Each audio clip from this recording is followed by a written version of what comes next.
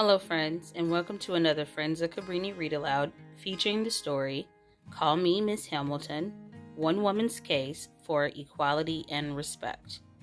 Authored by Carol Boston Weatherford. Illustrations by Jeffrey Boston Weatherford. We hope you enjoy this read aloud. This miss first answered to Mary, the name that her parents, Robert and Elizabeth Hamilton, gave her in 1935. Her name on their lips was music to her ears.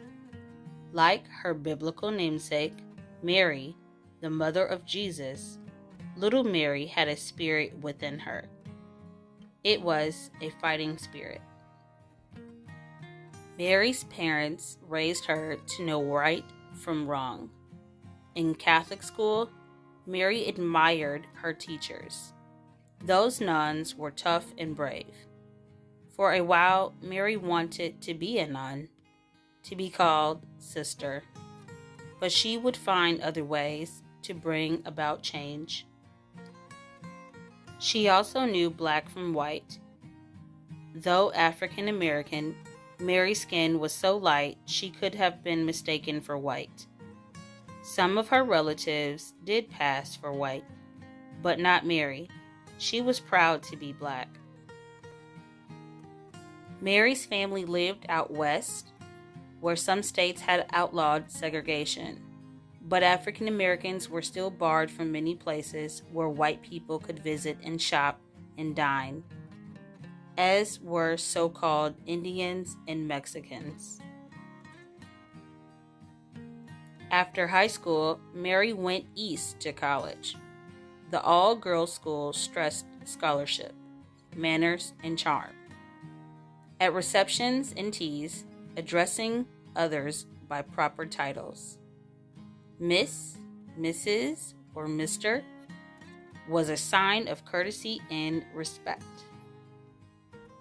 After college, she taught school in New York, but her classroom was not her only concern. Mary cared about equal justice. She cared about the civil rights movement. For her, the movement meant that black people were finally fighting back. In 1960, she joined that fight. As a member of CORE, the Congress of Racial Equality, Mary went on freedom rides. Busloads of black and white people from the North risked their lives to test a new court ruling that outlawed segregation on interstate buses and railroads. Could black passengers really sit where they pleased? Was the law worth the paper it was printed on? Down south, the Freedom Riders' courage was tested.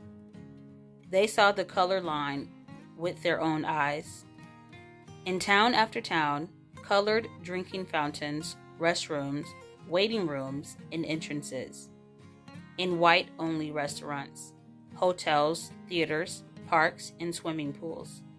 Sometimes the protesters couldn't believe their ears.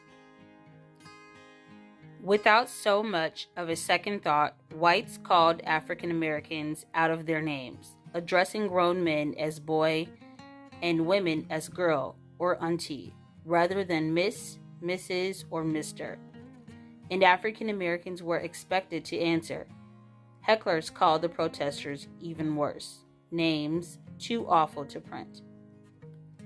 In 1961, Mary was arrested in Mississippi. In her mugshot, the sign around her neck bears no name, only a number, 21068. Again and again, Mary was arrested. She told one jailer, who threatened to harm her, that she'd fight as if her life depended on it. When another jailer trapped her in an elevator, she refused to scream, just for spite. Despite beatings, she kept resisting, relying on nonviolence to press for justice and equality. In the civil rights movement, Mary was known for her fiery spirit.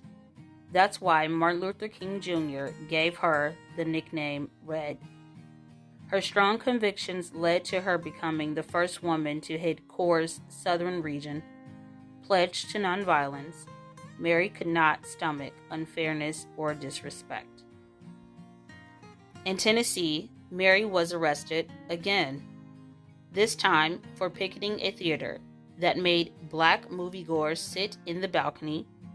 When the mayor came to the jail and called her Mary, she demanded that he call her Miss Hamilton. "If you don't know how to speak to a lady," she said, "then get out of my cell."